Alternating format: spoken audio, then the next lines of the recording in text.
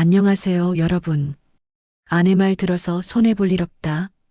오늘의 사연 당신이 미쳤다고 했던 그 투자. 지금 시작합니다. 당신 미쳤어? 태수의 목소리가 아파트 거실에 울려 퍼졌다. 55세 아내 지연이 통장을 내밀며 한 말을 듣고서였다. 평생 모은 적금 3억, 퇴직연금 1억 5천, 그리고 대출 1억까지 합쳐서 서울 강남 아파트 하나를 사겠다는 것이었다. 5억 5천이야. 우리가 평생 벌어서 모은 전 재산의 빚까지 져가면서. 지연의 목소리는 담담했다. 하지만 그 담담함이 태수에게는 더욱 섬뜩하게 느껴졌다. 60세 남편은 얼굴이 하얗게 질렸다. 퇴직까지 겨우 2년 남은 상황에서 이런 도박을 하겠다니. 노후 자금을 가지고 투기를 하겠다고? 정말 미친 거야. 태수는 목소리를 높였다. 하지만 지연은 흔들리지 않았다. 오히려 차분하게 부엌에서 차를 우려내며 말했다. 당신은 퇴직금 받고 적금 이자로 사는 게 노후 준비라고 생각하지만 나는 달라. 집이 진짜 노후보험이야. 집이 노후보험? 집값이 떨어지면 어쩔 건데? 그럼 더 기다리면 되지. 지연의 단호한 표정을 보며 태수는 답답함에 머리를 감쌌다. 결혼 30년 동안 아내가 이렇게 고집을 부리는 모습은 처음이었다. 지연아, 정말 진지하게 생각해봐. 우리 나이가 몇 살인데 이런 모험을? 나이가 많아서 더 해야 하는 거야. 젊으면 다시 벌 시간이라도 있지. 지연은 찻잔을 태수 앞에 놓으며 계속했다. 은행 적금 금리가 연 3%야. 물가 상승률 생각하면 실질 금리는 마이너스지. 우리가 모은 돈이 매년 줄어들고 있다고. 그래도 안전하잖아. 안전? 인플레이션으로 돈의 가치가 떨어지는데 그게 안전해? 태수는 할 말을 잃었다. 아내의 논리가 틀린 것은 아니었지만 위험 부담이 너무 컸다. 실제로 부동산 시장은 이미 정점을 찍고 조정 국면에 접어든 상태였다. 지금 집값이 최고점이야. 모든 전문가들이 조정받을 거라고 하는데. 전문가? 지연이 비웃었다. 전문가들이 언제 맞췄어? 2008년 금융위기 때도 코로나 때도 다 틀렸잖아. 태수는 더 이상 할 말이 없었다. 아내가 이미 마음을 정한 것 같았기 때문이다. 그날 밤 태수는 잠들지 못했다. 퇴직을 앞둔 상황에서 평생 모은 돈을 모두 걸겠다는 아내의 결정이 악몽처럼 느껴졌다. 다음 날 아침 지연은 이미 부동산 중개업소에 전화를 걸고 있었다. 계약서에 도장을 찍던 날 태수의 손은 떨렸다. 5억 5천만 원이라는 숫자가 눈앞에서 춤췄다. 평생 모은 전 재산과 빚까지 합친 금액이었다. 정말 후회 안 할 거야? 부동산 중개업소에서 나오며 태수가 마지막으로 물었다. 지연은 고개를 끄덕였다. 후회는 하지 않을 결정을 망설일 때 하는 거야. 하지만 운명은 잔혹했다. 계약을 마치고 불과 한 달 후 한국은행이 기준금리를 0.5%포인트 인상했다.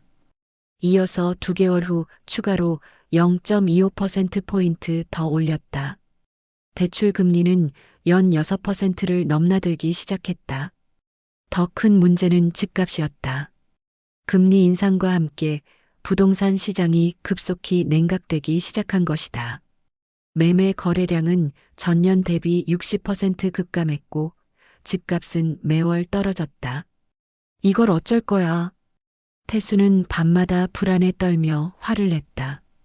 매달 나가는 대출 이자만 30만 원이 넘었다. 퇴직을 1년 반 앞둔 상황에서 매달 30만 원씩 나가는 돈이 부담스럽지 않을 리 없었다. 집값이 벌써 5천만 원 떨어졌어. 5천만 원. 태수가 부동산 시세 앱을 보며 소리쳤다. 실제로 같은 평형대의 거래가는 한 달 새 1억 가까이 떨어진 상태였다. 하지만 지연은 태연했다. 떨어질 때 샀으니까 더 오를 거야. 더 떨어지면 어쩔 거야? 우리 퇴직금까지 다 날리면? 그럼 더 기다리면 되지. 지연의 대답은 여전히 단호했다. 오히려 매일 부동산 시장 뉴스를 챙겨보며 더욱 확신에 찬 표정을 지었다. 정부가 이렇게 금리 올릴 수 없어. 경제가 망가져. 경제 전문가도 아니면서 뭘 알아. 태수의 목소리는 날카로워졌다.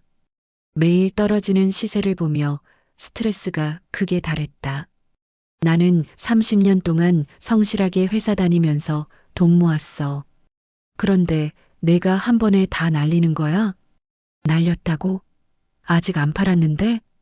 지연이 되받아쳤다. 집값 떨어지는 게 보이잖아. 지금 판다고 손해가 확정되는 거지. 안 팔면 손해도 아니야. 태수는 아내의 논리를 이해할 수 없었다. 장부상 손실이 5천만 원에서 8천만 원, 그리고 1억 원으로 늘어가는데도 태연한 모습이 더욱 답답했다. 그날 밤 태수는 처음으로 아내와 따로 잤다. 야, 태수야. 진짜 지금이라도 손절해. 직장 동료 민호가 퇴근길 술집에서 걱정스러운 표정으로 말했다. 태수는 술잔을 기울이며 한숨을 쉬었다. 아내가 안 들어. 더 기다리자고만 해. 지금 집값이 얼마나 떨어졌는데? 1억 5천? 2억? 거의 2억 가까이. 태수의 목소리는 침울했다. 계약 당시 5억 5천만 원에 산 아파트의 시세가 3억 8천만 원까지 떨어진 상태였다. 미친 거야, 정말. 퇴직 앞두고 그런 도박을? 민호가 혀를 찼다. 내가 뭐라고 했냐? 부동산은 이제 끝났다고. 인구 감소에 고금리까지 오를 이유가 없어. 다른 동료들도 한마디씩 거들었다. 맞아. 앞으로 10년은 힘들 거야. 지금이라도 팔아서 손실 줄여야지. 퇴직하고 빚만 남으면 어쩌려고. 태수는 친구들의 말을 들으며 더욱 불안해졌다. 집에 돌아온 그는 다시 아내를 다그쳤다. 팔자. 제발 팔라고. 더 늦으면 우리 인생이 정말 끝장이야. 태수의 목소리는 간절했다. 하지만 지연은 여전히 흔들리지 않았다. 당신은 지금 2억 손해라고 하지만 나는 3억 5천만 원을 투자했다고 생각해. 무슨 소리야? 5억 5천에 샀잖아. 2억은 대출이니까 내 돈은 3억 5천이야. 지금 시세가 3억 8천이면 이미 수익이 나고 있어. 태수는 아내의 계산법을 이해할 수 없었다. 그게 무슨 말이야? 대출도 우리가 갚아야 할 돈인데. 대출은 집으로 갚는 거야. 집값이 오르면. 지연은 조용히 미소를 지으며 말했다.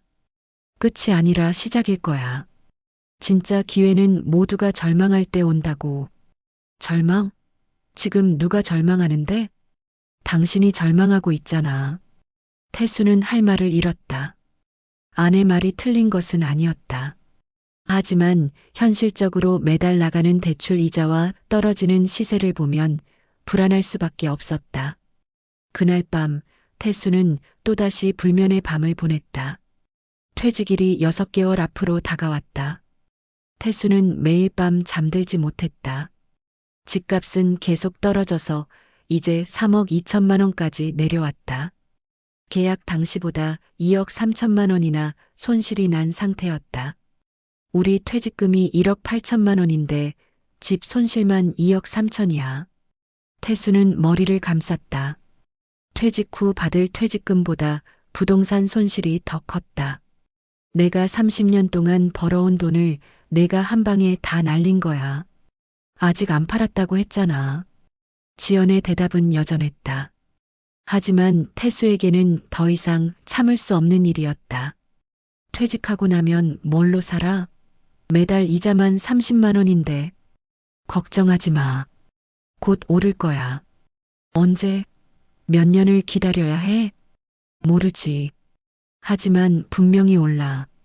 태수는 아내의 근거 없는 확신이 답답했다. 내가 부동산 전문가야? 경제학자야? 무슨 근거로 그렇게 확신해? 지연은 잠시 말을 멈췄다가 조용히 대답했다. 당신은 돈을 벌었고 나는 미래를 샀어. 미래? 무슨 미래? 우리는 이미 늙었어. 늙었어도 20년은 더 살아야 하잖아. 지연의 목소리에는 처음으로 감정이 실렸다. 당신은 지금 당장의 손실만 보지만 나는 20년 후를 보고 있어.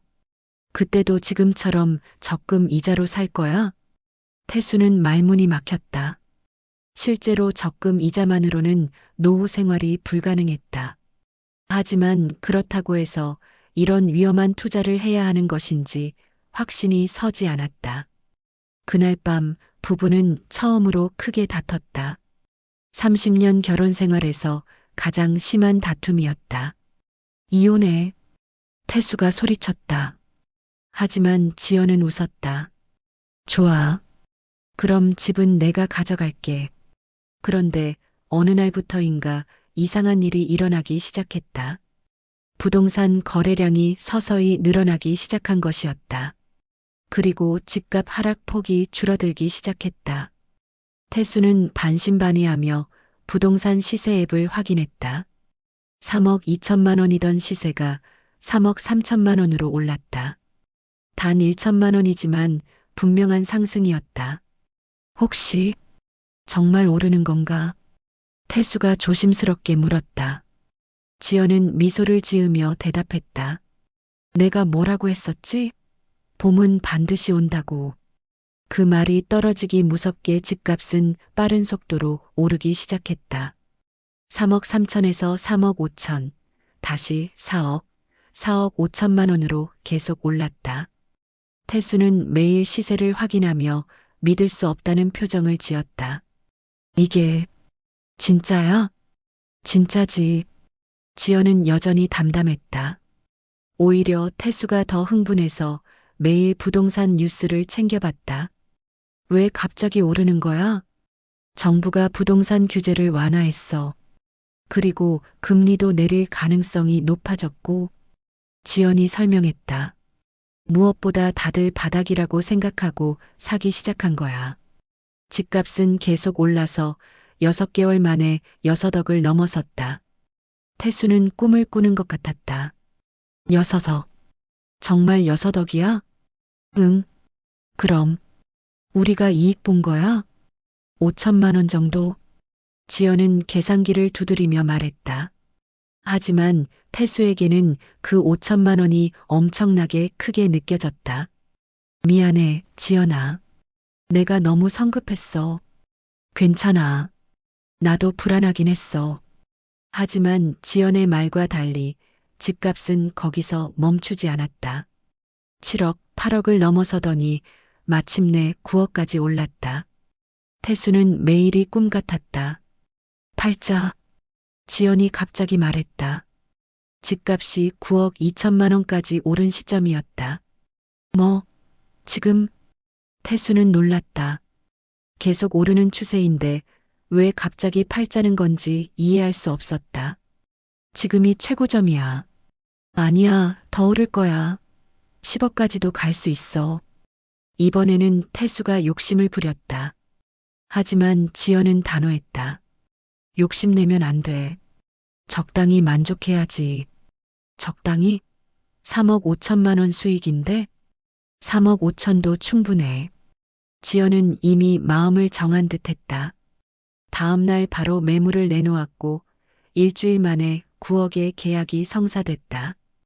은행 대출 2억과 각종 세금, 중개 수수료를 제하고 나니 순수익이 3억 원이 넘었다.